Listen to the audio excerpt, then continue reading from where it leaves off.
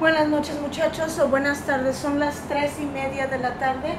Hoy yo quiero hablar, este es el video número 4. El video número 4, el video es sobre los verbos indirectos. Los verbos indirectos.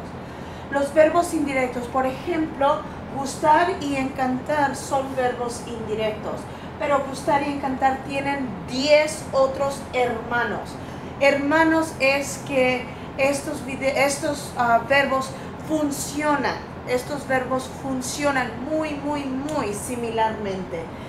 Los verbos indirectos, gustar, encantar y todos sus hermanos. What do the verbs gustar and encantar really mean? They do not mean to like. They actually mean to be pleasing to. And they also mean to be enchanting to. This is gustar, this is encantar. But nobody walks around saying that. Nobody says that in English. Hamburgers are pleasing to me. Or I love this party. We don't go around saying this party was absolutely enchanting. We don't do that. Therefore, en español, this is technically what they mean. Pero en inglés, we translate them as I like and you like. And that's fine when you're translating. However, when you are formulating these sentences, you have to remember the grammar aspects of it. So therefore, when you want to say I love hamburgers or I like hamburgers, you have to always start with You'll have to always start with a, mi, me.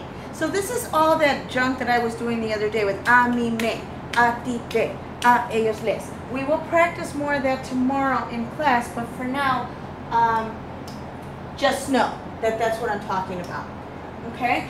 Tres cosas que necesitas recordar. Tres cosas que necesitas recordar. Primero, solamente puedes usar la forma tercera persona singular y tercera persona plural. Solamente puedes decir gusta o gustan en el presente. For I like, solamente gusta y gustan. For I love, solamente encanta, encantan. Es la tercera persona singular. La tercera persona singular y la tercera persona plural. Necesitas siempre necesitas comenzar la oración con a.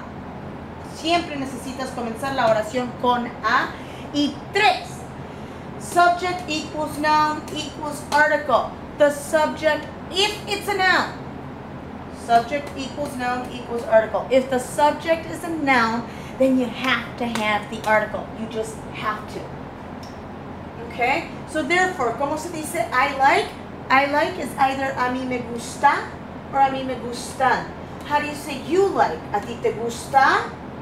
And so on and so forth. A él le, he likes, a él le gusta, a nosotros nos gusta, a ellos les gusta. This is easy. We did this freshman year. We've been doing it. The other thing that you have to remember is that you can never, ever use me gusto. This does not exist. You can only use gusta or gustar. Those are your only two options. So here, Jose and Maria love books. There are 4 parts that you always need to remember. 3 parts. Okay? You need to remember and whoever it is that's doing the liking, you have to repeat it twice. So in this case, there's 2 people that are doing the liking. So it's a Jose y a Maria. And when you do that, a Jose, this is ellos, and then you have that little piece of the puzzle, les. Then this is actually your subject, because remember, you're actually saying books are enchanting to Maria and to Jose. So books is actually your subject, therefore the verb is determined by the subject. Watch. Okay? So if you have the sentence laid out like that, if you put a line in the middle between the little piece of the puzzle, this is actually an indirect object pronoun, and the verb, the arrows go in. Whoever it is doing the liking determines the little piece of the puzzle. whatever it is that is being liked determines the verb. So it's actually two arrows going in. Now, all of its brothers. Gustar and encantar tienen hermanos. Estos verbos siempre funcionan a mí me. Siempre funcionan a mí me. A mí me molesta. I want to clarify right off the bat, this is nothing sexual to it. It means to be annoying. Something is annoying. A mí me duele. Something hurts. A mí me fastidia. Fastidia also means to be annoying. You may want to use your sheet. The front side, all of these verbs are there, so you can write down the definitions. Sorprender is to surprise. Animar is to cheer up. Importar is to be important to. And interesar is to be interesting to. So let me go back. So let's say something like, a mí me anima. My children cheer me up. Or my children, mis bebés or mis hijos, are cheerful or are cheerful to me. A mí me anima. Uh-oh, this is plural. And because this is plural, Señora Maño said it goes in, so it's animan. You are only allowed the A or the A-N. You are only allowed the E or the E-N. Okay? Now, that's present tense. Present tense. Now, you should know how to say, I like, uh-oh, let me change the color. You should be able to say, I like. Here are the conjugations. If I were you, I would write these down. And this is the present tense, I like. This is the preterite tense, I liked.